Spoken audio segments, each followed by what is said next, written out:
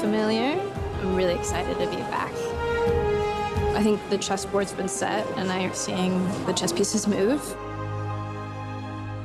With his dying words, the king spoke to me. It is because of this our kinsman died. Silence! I'm honored to welcome Her Majesty Cynthia Addai-Robinson, her usurper Trystan Gravelle, and the Palantír thief herself, Emma Horvath. Welcome. Thank you. Well, Cynthia, Míriel and Elendil have different politics from Pharazôn and his supporters. Can you tell us about this rift between the two camps? Yeah, I mean, it's definitely, it goes without saying that from season 1 to season 2, you know, Míriel and Elendil have come back from essentially a failed expedition and now have to answer to and face the Númenórean people. You know, you go from a situation where maybe there were rumblings and whispers to full out anger, and so people are tense. And between Míriel and Elendil, is there something? There's a little something. Vibes? Is there? What is the history of those two characters, please? First of all, I think we can all say we always have a blast with Lloyd. He's hilarious, he's charming, he's got the silken tones. I mean, you've got it too, Trystan. Well, thank You've you very got much. silken Thank tones you. too. You're silky. What we found very organically is that it really goes from somebody who is dedicated to being in service to the Queen to really a shared trauma.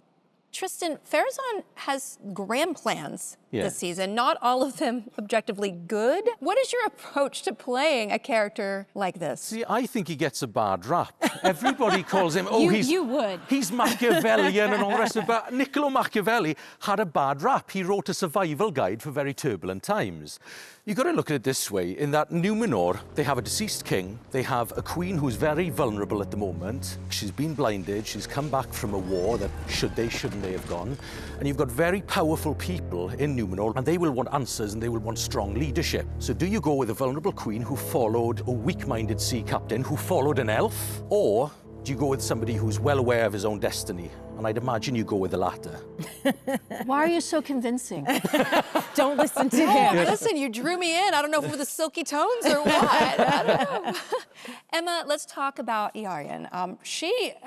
Talk about dramatic. You're going against your own father. I would argue that she doesn't feel that she's going against her father. She feels that her father is going against the family. You know, in her mind, he's not grieving as much as he should. He's not seeking any sort of justice. So if her father won't seek it, then she will. Again, silken tones. You convinced me. It just so happens that today is Míriel's coronation day. Númenor, as we know, is sort of at this sort of crossroads. So, you know, it's really a matter of society sort of deciding which way they want to go and who is going to lead them in that direction. For Míriel, it's quite fraught. She has used the Palantír and has seen things. So she's trying her best to see if she can somehow turn the tide, no pun intended. So a Palantír can be a very dangerous tool, especially in the wrong hands. Is there any truth to the idea that none of them should be messing with this Palantír? What I found interesting, and I think we were talking about this the other day, it's like if you could see the future, like in real life, is that necessarily a good thing? Does it affect your behavior, and would you make different decisions if you knew what was going to happen, if you think you could try to change it? And in this particular instance, the Palantír is as powerful as the rings. You know, we're not sort of dealing in ringland just yet, but we have this object that similarly, you know, with great power comes great responsibility. I think in the wrong hands, yes, it's a menace. Well, Emma, we see that you discover the Palantír in season 1, and yet, why did you take that thing? Well, it's bad. It's a bad thing to have. Naughty queen. Is it though? I think she's a smart girl. She knows that it's not a good idea to mess with. It's incredibly valuable in terms of destroying the current power structure. Yeah. Would you want to look into it personally? Yeah, I probably would.